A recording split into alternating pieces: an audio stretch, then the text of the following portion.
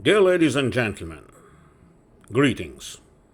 Today I have to say a few words about the planned resignation of Canada's Prime Minister, Justin Trudeau. Well, I have to say a few words about that as a Canadian citizen. Some people would have said as a proud Canadian citizen. I would say just as a Canadian citizen. Many people already congratulated me with that, although I think it is a bit too early. Yes, it's a very nice piece of news that character is going to resign. By the way, he didn't resign yet. He mentioned that he's going to resign. And to be going to resign and to resign are two different things, right?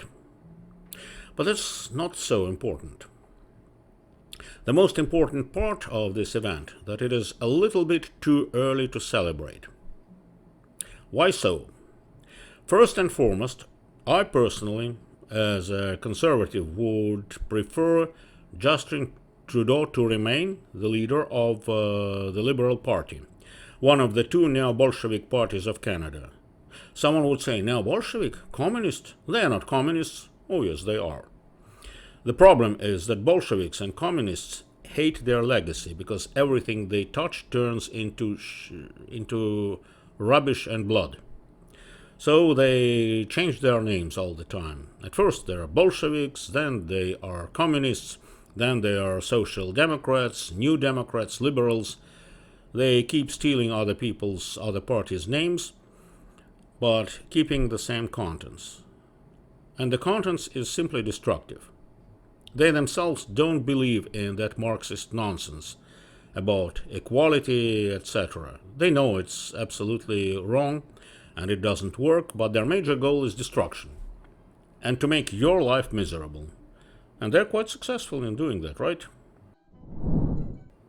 We should not forget that not only Justin Trudeau, who himself is almost nothing, next to nothing, but all major political figures representing the two parties, Liberal and New Democratic parties, are guilty of that miserable state in which Canada finds itself right now.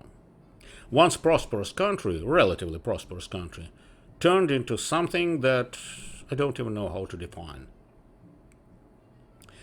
And of course, every country that is dominated by Bolsheviks or neo-Bolsheviks is marked by poverty, destruction of the middle class, and extreme boredom. And that's what we see in Canada. And as I already said, most of the active members of the two parties which I've just mentioned are guilty in what's going on. And nevertheless, the representatives of those parties and their sympathizers are now dominating everywhere, in Senate, in our courts, in our schools, universities, mass media, you name it. So what can this resignation change? I don't know. Of course, the resignation of this eccentric character, who was our prime minister for 10 years, for 9 years, I would say, and who did all his best to destroy this country, doesn't change much, because it will give more votes to the Liberals. Those who would not vote for the Liberal Party as long as it was headed by Justin Trudeau can vote for it now. They would say, okay, now they have a new leader, so now this party is good again. And that's another major problem. The voters, the electorate.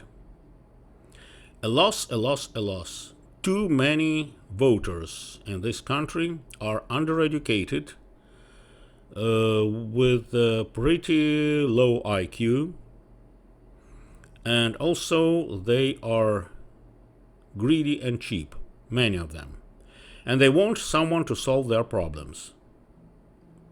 And plus, because they don't understand anything in politics, economy, etc., they will vote for any eccentric freak who will be offered to them by someone behind the curtains. That's something that scares me. And that should scare you. Because even if we get a responsible government at last and a responsible leader, which I personally hope will be Pierre Poilievre, it will take us at least a decade to try to restore the country that had been destroyed to a greater or less degree. And some destruction is unfortunately irreversible. Should we have any hope for the future? I guess so. Some people hope for the new generation. I used to hope for the new generation as well while I was teaching at the University of Victoria, because I used to hope that young people, it's in their nature to protest and to disagree with what the old farts are trying to pull into their brain. And I sincerely hoped that they do not like to be brainwashed. At school, at the university, you name it. I think I was mistaken. They don't care. Many of them, unfortunately, have their brains toasted by various drugs. They are more interested in playing computer games, and they even don't vote. So I'm a bit skeptical about the new generation of Canadians. Maybe I'm wrong. I want to be wrong. I rather count on the new immigrants or the recent immigrants from the failed states, or from the states that are not completely failed, but the states with dictatorship, the states marked by poverty, and the states marked by tyranny. Because they already lived that bright future that Canada may get, and they don't want that bright future to come. They wasted tons of money and efforts to become Canadians, not to live in the sort of the country they left. I count on them, and Pierre Poilievre does as well. I noticed that because he likes talking to the immigrants from the failed or semi-failed countries. And of course I count on you. I hope that you guys are responsible and good voters, and we will manage to save whatever can be saved in this country. All the best. Bye-bye.